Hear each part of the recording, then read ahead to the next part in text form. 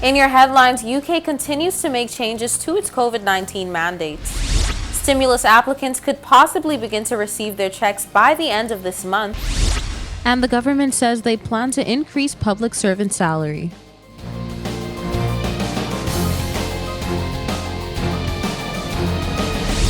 From the PTV Broadcasting Headquarters in Providencial is your number one source for news. I'm Erica Pinales, delivering the latest from across the country this Tuesday, February 15th, 2022, right to your door. Newswatch starts now. The UK has made and continues to make changes to its COVID-19 mandates, so is Canada and other nations. Hear their decisions to pull back on a number of measures. It is my expectation that we will be able to end the last domestic restrictions, including the legal requirement to self-isolate if you test positive, a full month early, Mr. Speaker. Health officials in the United Kingdom and Canada have decided to pull back on a number of their COVID-19 mandates as they make good on their plans to treat the coronavirus like a common flu. As of January 27th, persons in the UK are no longer required to wear a face covering, however, should consider wearing one in crowded, enclosed places where they may come into contact with new people. Persons are also no longer legally required to show their NHS COVID pass at venues and events. As of February 11th, fully vaccinated persons are no longer required to take a COVID-19 test either before or after arrival in the UK.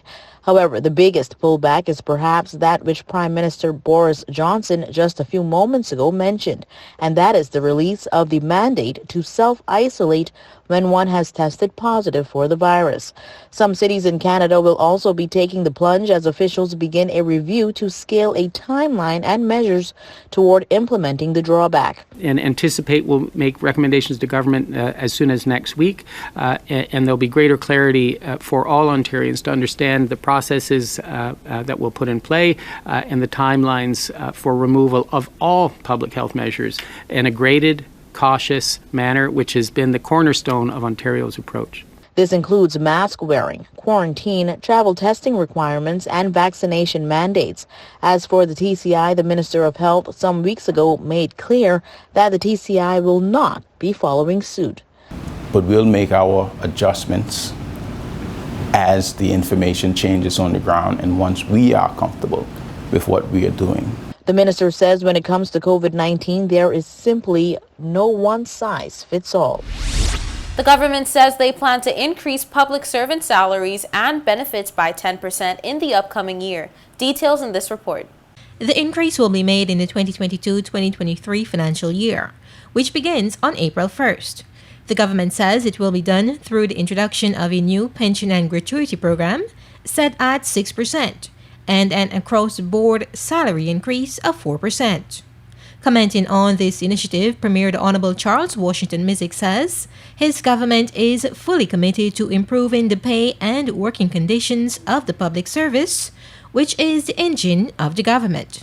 In this current financial year, the government budgeted $2 million to fund the initial injection into the soon-to-be-introduced Public Service Pension and Gratuity Program. The Premier says this will go a long way in helping to improve the compensation package provided to public servants, as well as to assist in preparing for their retirement. The last pay increase for public servants was in 2015, some 7 years ago, and the current pay hike and benefits program is set to the tune of $9 million. Deputy Governor and Head of the Public Service, Her Excellency Anya Williams, commenting on the initiative, explains that the news comes after several months of technical planning, consultations, and other meetings, and is now well on its way towards implementation. She says the first draft of legislation, having already been prepared, will shortly be debated in the House of Assembly. She adds, quote, "This new program seeks to recognize and to appropriately compensate our long-serving employees by ensuring that when they leave the civil service, they are assisted in meeting the financial demands that still remain with them at that time." End quote. For PTV News Watch, I'm Delana Isles. Don't go anywhere. More News Watch when we return.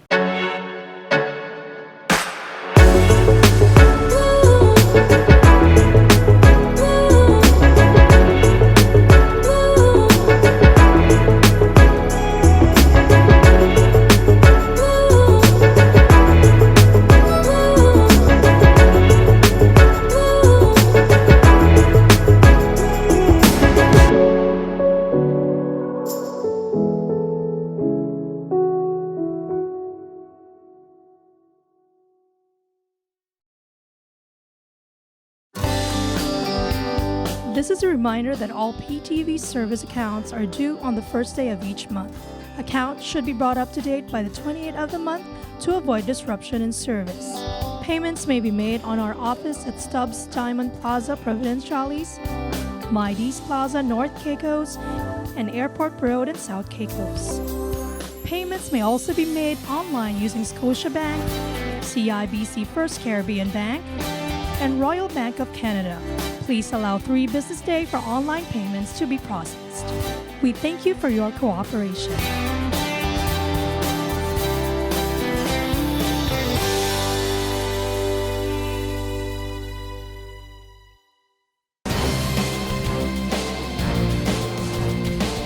Welcome back to Newswatch. While visiting the Twin Islands, Newswatch happened to stop upon a few local vendors who reside and manufacture their craft on the island of North Caicos. And here's what they shared with us. While speaking to the first vendor, she explained that the manufacturing process is as follows. Collecting the shells, I would go to the beach and collect shells, or go to, like, I have a friend that has a boat. He would drop me on the quay. He would go in the boat and then pick me back up. And I would have my friend kids go with me to the beach so we could collect shells. Alvira Duncombe, another resident of North Caicos and local craft maker, was eager to speak with Newswatch, where she shared with us where her passion for crafts came from and how long she's been in the industry for. I was born in Sandy Point, a place where I grew up, where the ladies always do craft work. So that was where I started out from, going to the Federation on Thursday evening with the ladies. I learned how to plait and to stitch. Ms. Duncombe explained that she had learned the skill of craft making at an early age, to which she still applies to her life now. She had on display multiple hand pieces, all dried, sewn, and put together beautifully by herself from natural resources such as feta grass, seashells, and much more. My mother, who is 100 years old now, she used to do all of my plaiting, but now she had stopped plaiting. So these are some of the plait, like this bag over here. And all of the work here, especially the stitch one, are made by me. She shared that she is very proud of her work and even gave us details on her latest piece. This one here is one that I'm finishing off now. This is one of my latest. I just enjoy doing craft work. I'm now working at Caicos Corp, where I also stitch bags and I make rag ropes, and I'm enjoying doing the work there. I wanted to pass on some of my knowledge with craft work to other young people, because I would like to see the culture keep on here in North Caicos. Miss Alvira told us that she would love to pass on her knowledge to young persons in order to keep the heritage of the Turks and Caicos alive, and in order to do that, all they have to do is go to her. Come to me, and I will teach them. If they wanted to learn how to plait, I can do so. If they wanted to learn how to stitch bags, I can do so. I would like to do it. She finally encouraged everyone to pay her a visit the next time they're in the Twin Islands at the Middle Caicos Corp and ask for Miss Duncombe. When you come to North Caicos, stop by the Middle Caicos Corp where I work and take back a little piece of North Caicos back home. Here's some good news coming in for you. Newswatch received word that it is possible that stimulus applicants could begin to receive their checks by the end of this month once approved. Here's more on that. A total of 13,094 persons have applied for the Citizen Stimulus Inflation Adjustment, and to date, 2,339 have been approved. Officials say they expect to reach 4,000 approvals by the end of today. The stimulus application portal is officially closed, and Newswatch received word that applicants could begin receiving their $500 payouts by the end of the month. We are informed that recipients are now receiving their approval emails, and a document outlining approval reference numbers will be released, as was carried out during the last stimulus distribution process, in due time. The schedule, sources say, is as follows. Applicants approved by February 14th could be paid as early as February 25th. Applicants approved by February 21st could be paid by March 4th, and applicants approved by February 28th could receive payment by March 11th. Government is aware that some persons have not received their approval confirmations via email as yet. However, you are asked to sit tight as submissions are still being approved. Don't touch that remote. We'll be right back. Coming up next is your weather forecast. This is a reminder that all PTV service accounts are due on the first day of each month. Accounts should be brought up to date by the 28th of the month to avoid disruption in service. Payments may be made on our office at Stubbs Diamond Plaza, Providenciales, Mides Plaza, North Caicos, and Airport Road in South Caicos. Payments may also be made online using Scotiabank, CIBC First Caribbean Bank, and Royal Bank of Canada. Please allow 3 business days for online payments to be processed. We thank you for your cooperation.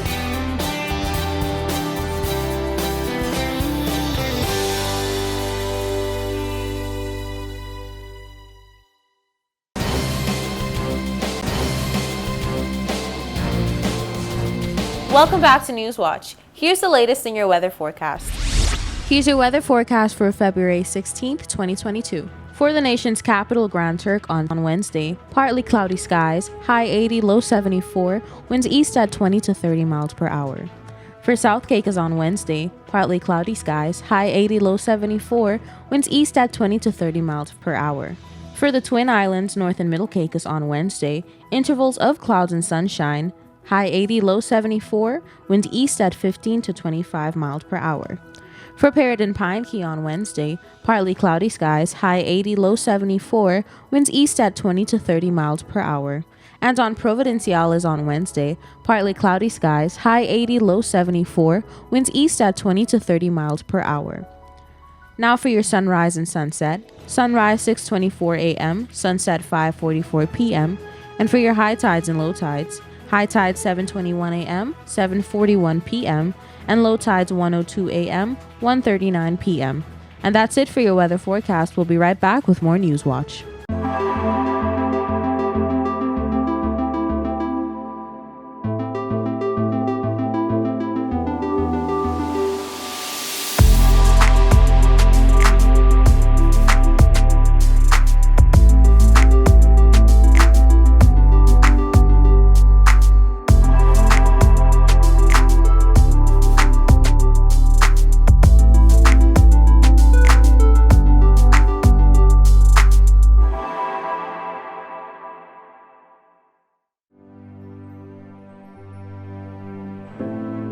Here at People's Television, we're more than just your leading news and entertainment services. We are Spreading the gospel.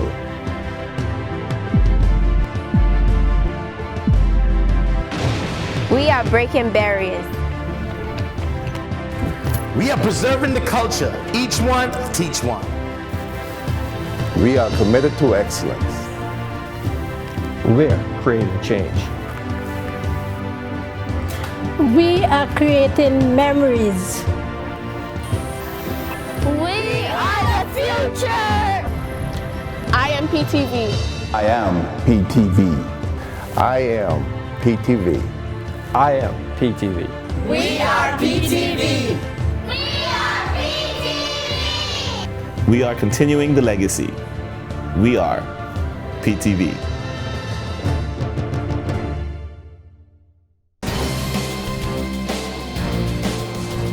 Welcome back to Newswatch. Cortez Simmons is back in court following an interruption to his trial in early January. Simmons was back in front of Judge Tanya Loban Jackson today in a Providenciales Supreme Court to once again answer to charge of murder. Here's more. After being adjourned on January 21st this year, the retrial of Cortez Simmons resumed today in Providenciales. Simmons is once again charged with the murder of Keziah Burke in April 2013. The retrial commenced on January 10th, but was adjourned for a decision on arguments made by the defense counsel, Lara Maroof-Mazik, in which he challenged vital evidence from the prosecution. The defense lawyer was seeking the exclusion of this evidence submitted in the initial trial by the prosecutor. Today, the trial recommenced and will continue as it was in early January. As a time of press, Newswatch was unable to ascertain whether the defense's motion to exclude the prosecution's evidence was granted by Judge Tanya Loban Jackson, who was presiding over the case without a jury. But we do know that the trial is continuing, and Simmons remains on $500,000 bail, which was granted in 2018 when he won his appeal against a conviction and life sentence for the same offense. In that first trial, the appellate court found fault with the trial judge's handling of the case as it relates to how it was put to the jury. Simmons was first convicted on March 25, 2015, after an intense 3 weeks and 3 days trial. For PTV News Watch, I'm Delana Isles. The Rock of Jesus Ministries has become the first church in the Turks and Caicos to have its own app.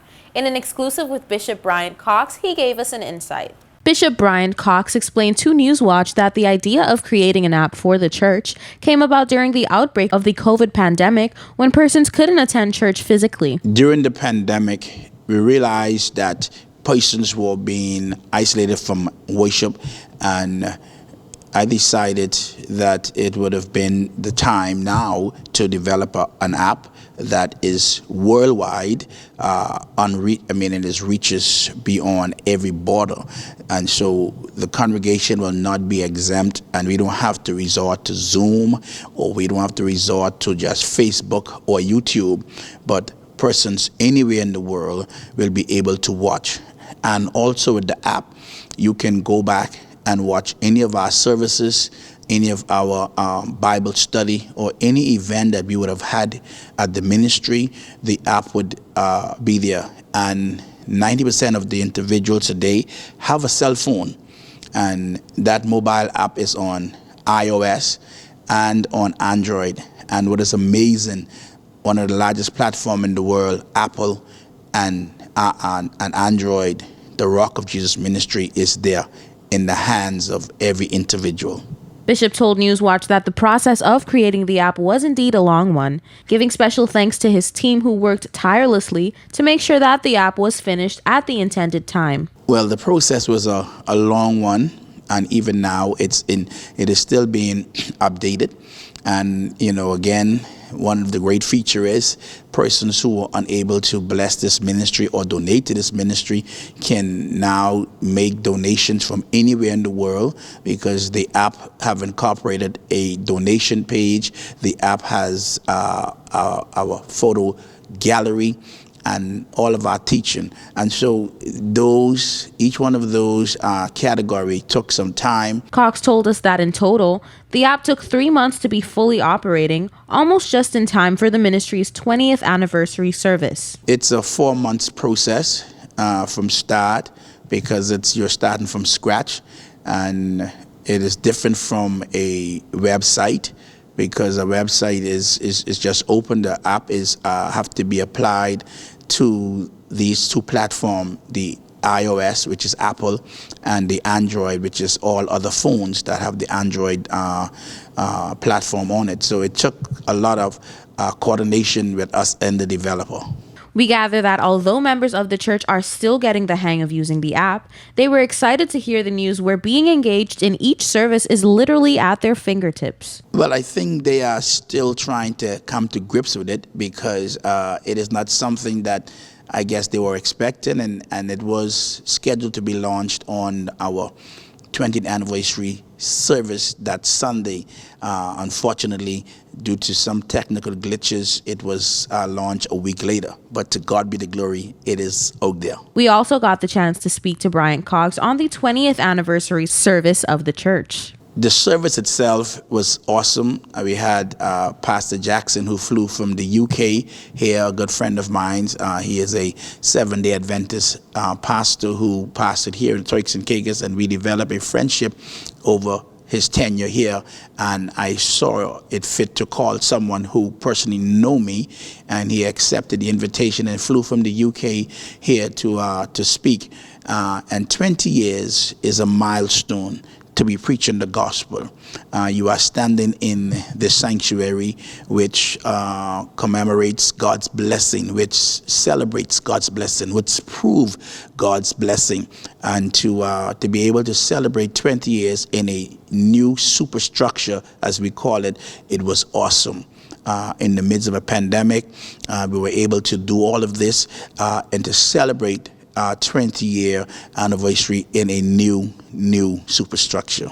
Bryant shared that being involved in the community through the church for so many years is a great feeling, and that he and the church are blessed to play such a helping hand in the community. It feels great. I mean, and I think church is community based, and we have done as much as we can through the many projects and the many events that we have hosted. Even now, as we have a clothing food bank, which every so often we have an open door where people would come and receive food, clothing, or whatever else that we have. And so I am thankful to God that the Rock of Jesus Ministry is positioned in a community where we can help the people of this community and every other community here in Providenciales. Finally, Cox ended with giving thanks to God for the blessing of having such an abundant ministry for so many years. It is great that we have achieved what we have achieved. God has tremendously blessed this ministry. And so for 20 years, we have moved 3 times. And the 3 times we have moved, it was all debt-free. And I believe that this is the greatest move that we will ever make. And in 20 years, we are in a debt-free sanctuary. We are giving God praise and thanks for that. And so for 20 years, it proves that God has been good to us, and we have been good stewards over that what God has blessed us with. And so I'm thankful and looking forward for the next 20 years, if God permits. And I don't know where we will be in 20 years from now. That brings us to the end of this edition of The Real News. I hate to leave you so soon, but of course, you can join us right back here every weekday at 6:30 p.m. and tap into our social media platforms at www.ptv8tci.com. I'm Erica Pinales, keeping you informed, updated, and affiliated. Until next time.